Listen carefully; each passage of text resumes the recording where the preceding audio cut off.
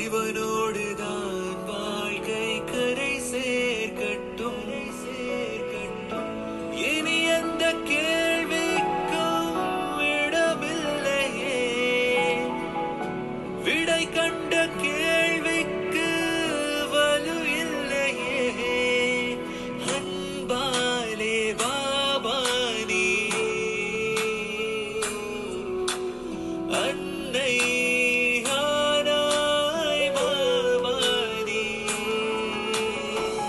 ஓம் சாந்தி. 15/4/2025 காலை முரளி. ஓம் சாந்தி. பாப் தாதா, மதுவனம். சாராம்சம்: இனிய குழந்தைகளே, தந்தை ஆத்மாக்களாகிய உங்களுடன் ஓர் இதயபூர்வமான சம்பாஷணையை நடத்துகின்றார். 21 பிறவிகளுக்கு உங்கள் வாழ்க்கையை காப்புறுதி செய்வதற்காகவே நீங்கள் தந்தையிடம் வந்திருக்கின்றீர்கள். நீங்கள் அமரத்துவமானவர்கள் ஆகும் வகையில் உங்கள் வாழ்க்கையை நீங்கள் காப்புறுதி செய்கின்றீர்கள். கேள்வி: மனிதர்கள் ஆயுட்காப்புறுதி செய்கின்றார்கள். பிராமணர்களாகிய நீங்களும் உங்கள் வாழ்க்கையை காப்புறுதி செய்கின்றீர்கள். இதில் என்ன வேறுபாடு உள்ளது? பதில்: மனிதர்கள் ஆயுட்காப்புறுதி செய்யும் போது அவர்கள் மரணித்தால் அவர்களின் குடும்பத்தினர் பணத்தை பெறுகின்றார்கள். குழந்தைகளாகிய நீங்கள் 21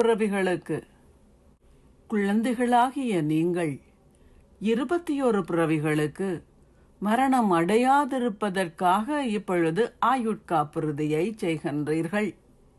நீங்கள் அமரத்துவமானவர்கள் ஆகுகின்றீர்கள். சத்திய யுகத்தில் காப்புறுதி கூட்டுத்தாபனங்கள் இருக்க மாட்டாது.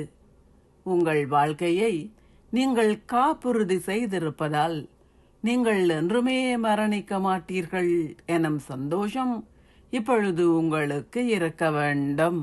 பாடல்: அதிகாலை வேளையில் எனது வாசலிற்கு வந்தவர் யாரோ? ஓம் சாந்தி. தாரணைக்கான சாராம்சம்: 1. அகநோக்குடையவராகி உங்கள் ஸ்திதியை உறுதியாக்குங்கள். நான் ஓர் ஆத்மா. நான் தந்தையின் செய்தியை எனது சகோதர ஆத்மாவிற்கு கொடுக்கின்றேன் என்பதை பயிற்சி செய்யுங்கள். இவ்வாறாக ஆத்ம உணர்வுடையவர் ஆகுவதற்கு மறைமுகமாக முயற்சி செய்யுங்கள். 2.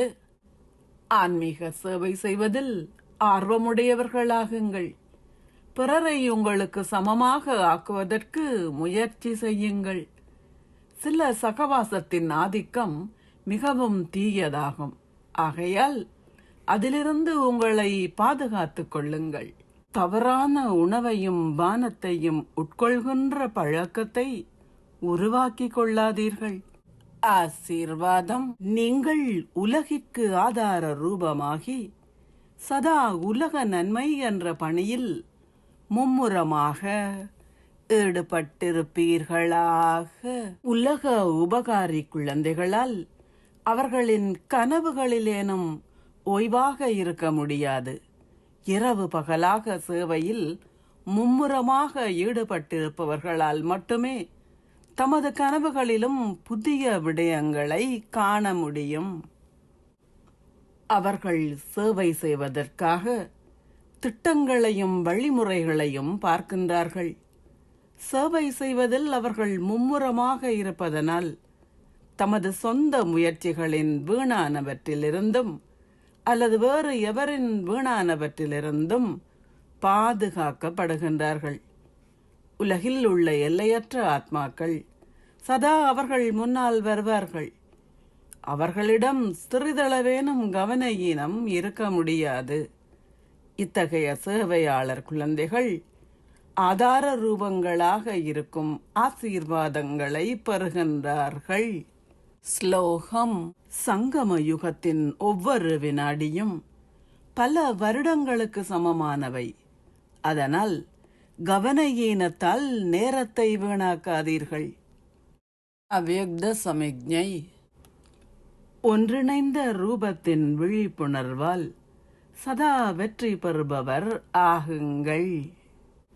சர்வசக்திவான் தந்தையை தங்களுடன் ஒன்றிணைந்து வைத்திருப்பவர்கள் இயல்பாகவே தங்களுடன் சகல சக்திகளையும் கொண்டிருப்பார்கள். சர்வசக்திவான் தந்தையை தங்களுடன் ஒன்றிணைந்து வைத்திருப்பவர்கள் இயல்பாகவே தங்களுடன் சகல சக்திகளையும் கொண்டிருப்பார்கள். சகல சக்திகளும் இருக்கும் இடத்தில் வெற்றி ஏற்படாமல் விடுவது என்பது அசாத்தியமானது.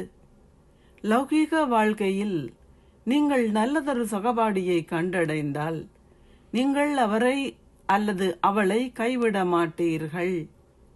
இந்த ஒருவர் உங்களின் அனாதியான சகபாடி. அவர் உங்களை ஏமாற்றுகின்ற சகபாடி அல்ல.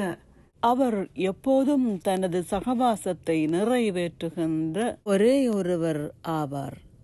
அதனால் அவருடன் சதா இருங்கள். ஓம் சாந்தி. நன்றிகள் பாபா. மனம் வீசும் மலராக தெய்வீக குணம் எல்லாம் உயிர் பெற்றிருந்த நான் புலவுதே வாழ்விலே. வரும் காலம் இதுவென்று வழிகா